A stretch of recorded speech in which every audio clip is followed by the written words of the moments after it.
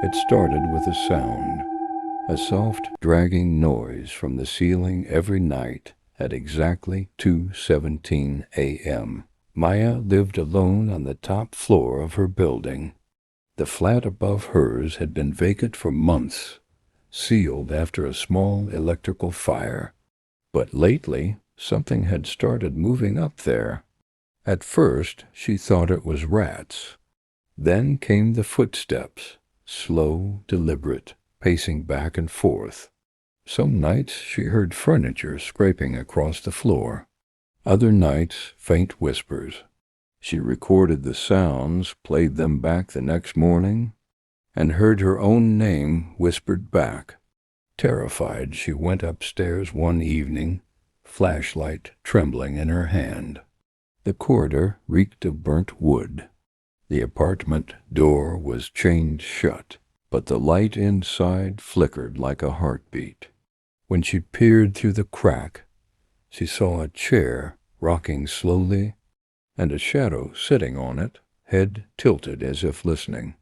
Next morning, the building manager swore the floor was still locked.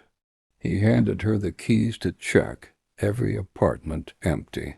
But when she reached the top one, the same burnt smell hit her nose. The chair was still rocking. That night, the noise returned, louder than ever, something dragging across the ceiling like a body. She pressed her ear to the wall and whispered, "Who are you?" A voice whispered back, "You moved into my room." When police checked the next day, Maya's apartment was empty. The ceiling above her bed had a fresh burn mark, shaped like a handprint reaching down. If you enjoyed this story, make sure to like and subscribe for more true horror. When Daniel and his 3 friends went camping deep in Pine Hollow, the plan was simple: one weekend away from phones, traffic, and noise. The air was cold, heavy with pine and fog. They pitched their tents near an old stump, cooked dinner, and told ghost stories until the fire died. Everything was calm, until Daniel saw something half buried in the dirt.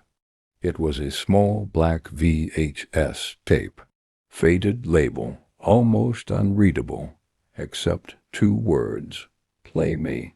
Everyone thought it was a prank, but Daniel pocketed it.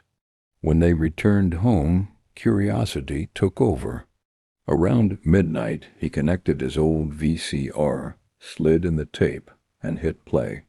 Static, then a shaking handheld shot of the forest, their forest. Same stump, same campfire. The camera moved closer until it showed 4, people sitting exactly as they had last night. Daniel leaned in, realizing with dread those 4 people were them. The fire flickered. One by one, the figures in the tape vanished into the trees. No sound, no scream, just gone. The camera stayed on the last one. Daniel. He sat alone, breathing hard, staring straight into the lens as if he could see through it. Slowly his face twisted in terror, eyes widening as he turned toward something behind the camera. The screen cut to static. Then faint breathing filled the room. It wasn't from the TV. Daniel froze. The hairs on his neck stood up. He turned slowly. The living room was empty, except for a camcorder on the floor, red light blinking, recording him. He rushed forward and yanked the plug, but the red light stayed on. Then, from the TV, his own voice whispered, "Don't stop watching." The screen flashed again. Now the tape was showing a new scene. Daniel standing in his living room, eyes hollow, swaying slowly like a puppet. He stumbled backward, heart pounding. The whispering grew louder, dozens of voices overlapping, each one saying his name. Next morning his friends tried calling him. No answer. They went to his house. The front door was open, lights still on. The TV was playing static. The tape had rewound itself.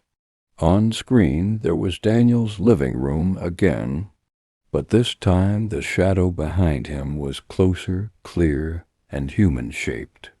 No one ever found Daniel, but the police recovered a tape from his VCR. When they played it, the last frame showed the same living room, empty, except for a new label stuck to the camera.